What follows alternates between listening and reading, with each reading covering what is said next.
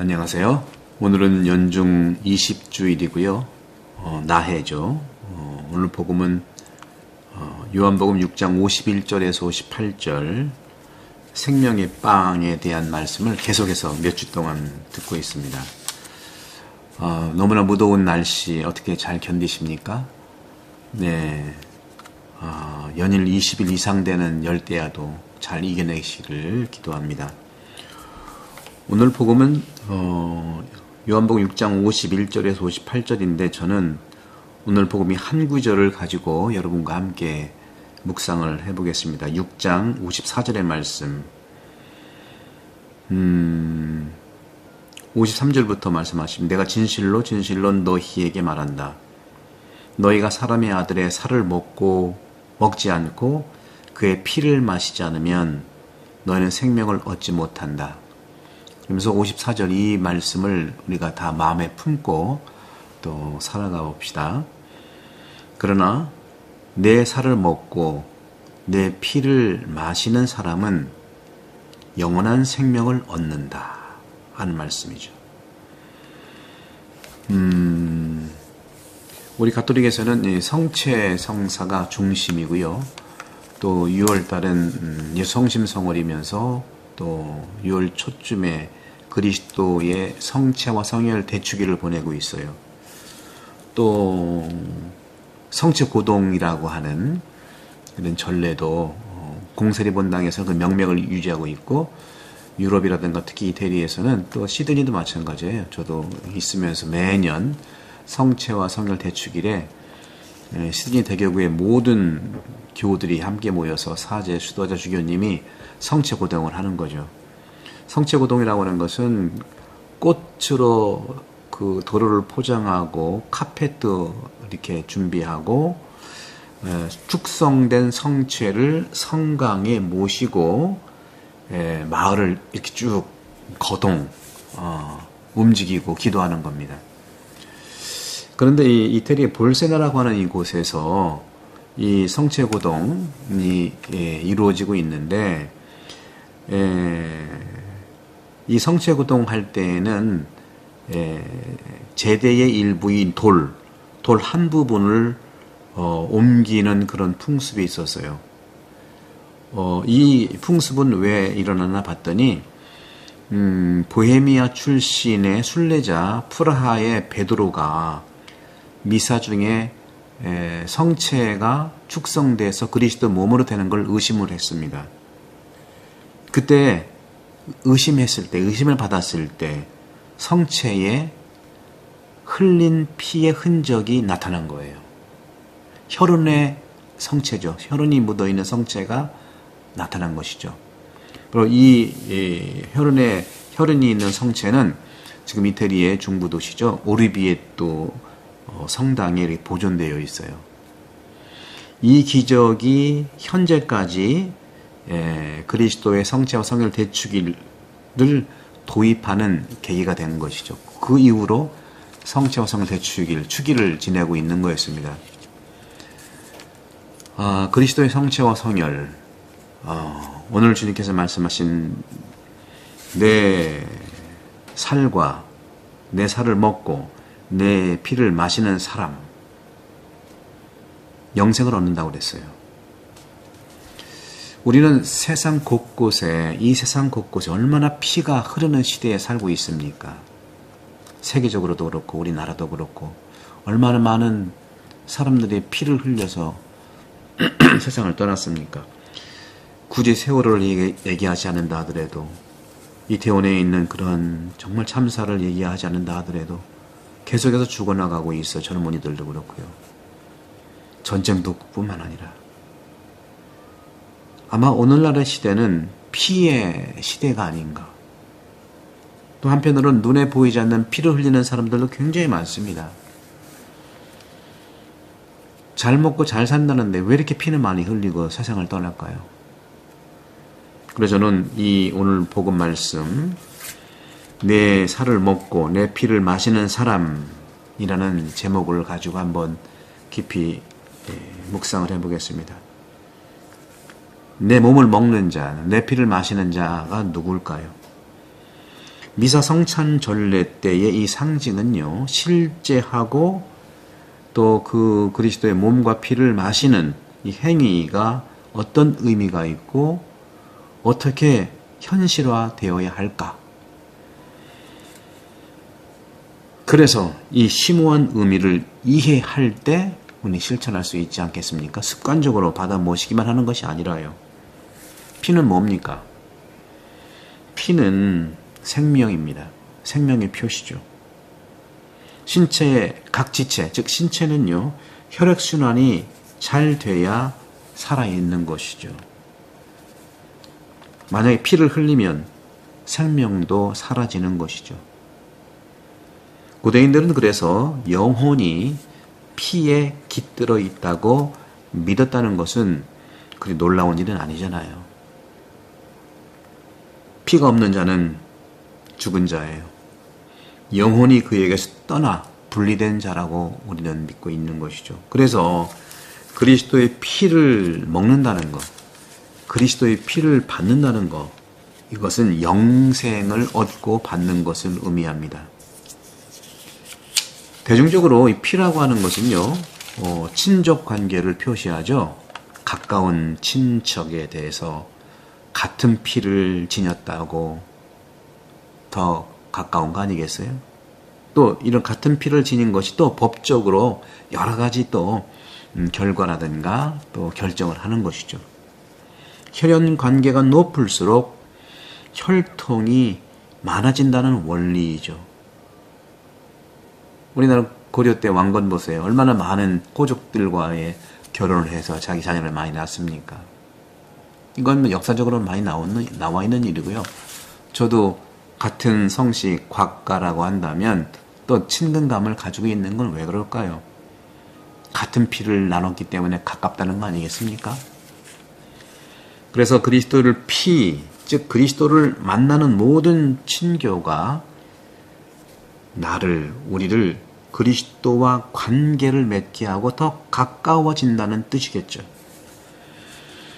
레드스킨스의 이런 이야기들도 있고요. 우리도 옛날에 영화 같은 데 보면 형제를 맺는 부분에서 그런 걸 볼 수가 있잖아요.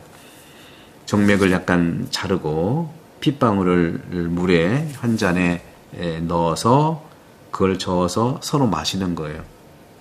그러면서 뭐라고 합니까? 이제부터 우리는 같은 혈통이다. 형제애다.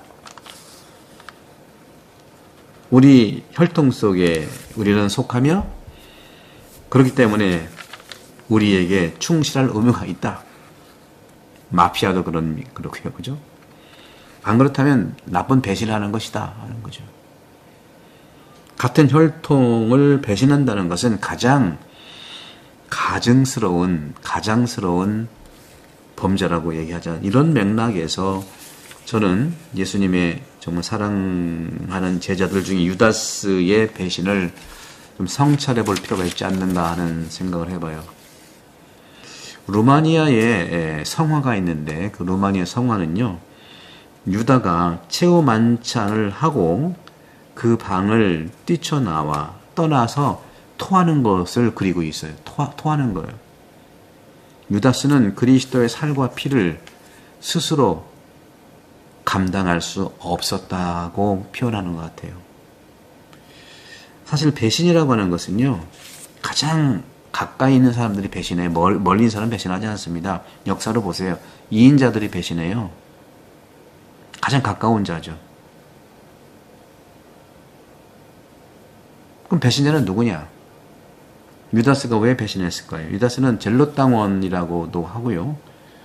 또 뭐 그림자 컴플렉스라고도 하고 여러 가지 말을 합니다만은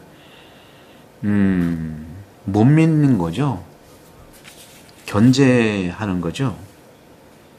예수를 배반해야 내가 살 수 있다는 부분도 있는 거죠. 사랑하는 사람을 배신하고 그렇습니다. 사랑하는 사람을 배신하는 거는요, 자신의 어떤 결핍 부분들을 배신하는 거예요. 잘라버리고 싶은 거죠. 자신의 과거를 이렇게 잘라버리고 싶은 부분도 있죠.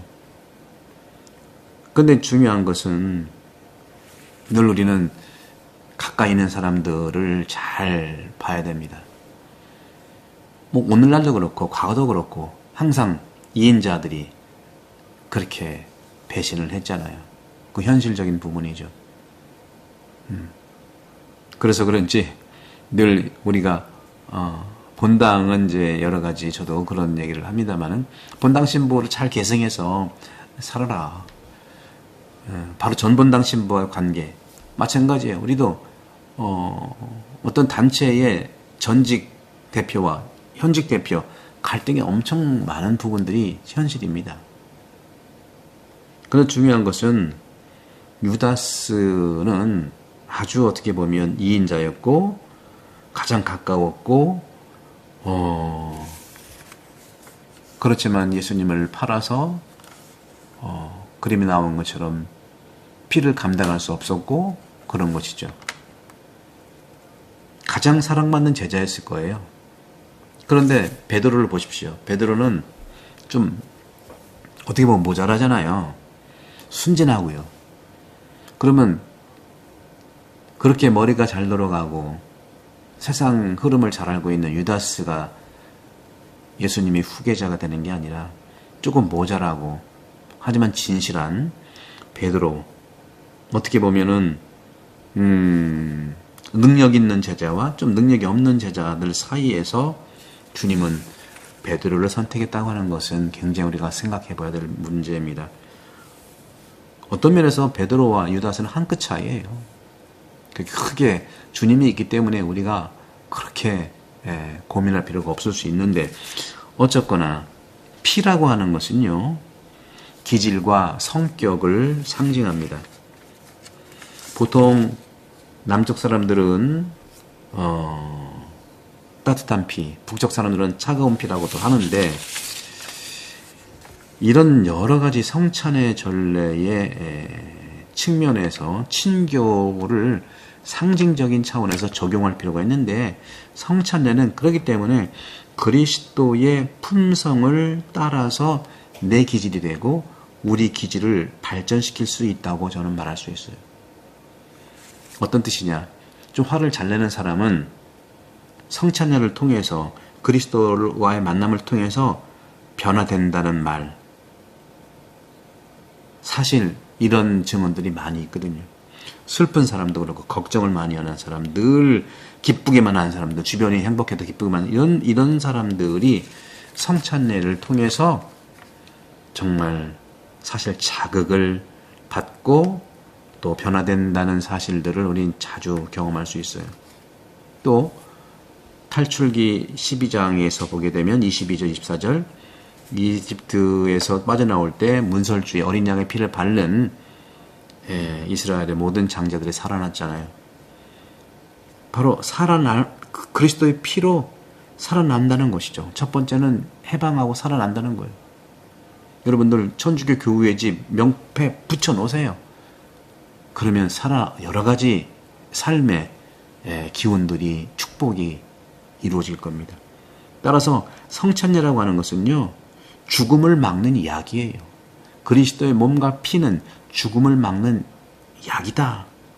따라서 믿는 이들은 그것으로 많은 위험으로부터 보호받는다는 뜻, 보호받았다는 모든 것을 간증합니다. 혈액순환이 잘 되고 활성화되면 건강하잖아요. 그런 것처럼 그리스도의 몸과 피를 먹고 마시는 사람은 영적 질병이라든가 유혹이라든가 죄로부터 우리를 보호할 수가 있고 해줍니다. 사랑하는 형제자매 여러분, 친교는요, 그리스도의 피와 그리스도의 몸과 하나가 되는 연대죠. 우리는 매번 미사 때 그리스도의 몸과 하나가 되잖아요. 그분의 모든 것과 연대함을 의미합니다. 우리 본당 이제 60주년을 맞이해서 9월 8일 날 전교우 피정하고요. 또 매달 첫 주일 10시 밤미사 때 양승국 신부님이 오셔서 성모신심 특강으로 60주년 기념의 영적인 선물들 많이 받으시고요. 또 영혼돌봄 제 책 많이 구입 부탁드리고 구독성교 부탁드리고 그리스도의 피, 몸을 마시는 자가 되는 축복을 드립니다. 성부와 성자와 성령께서는 여러분 오늘 강복합니다. 감사합니다.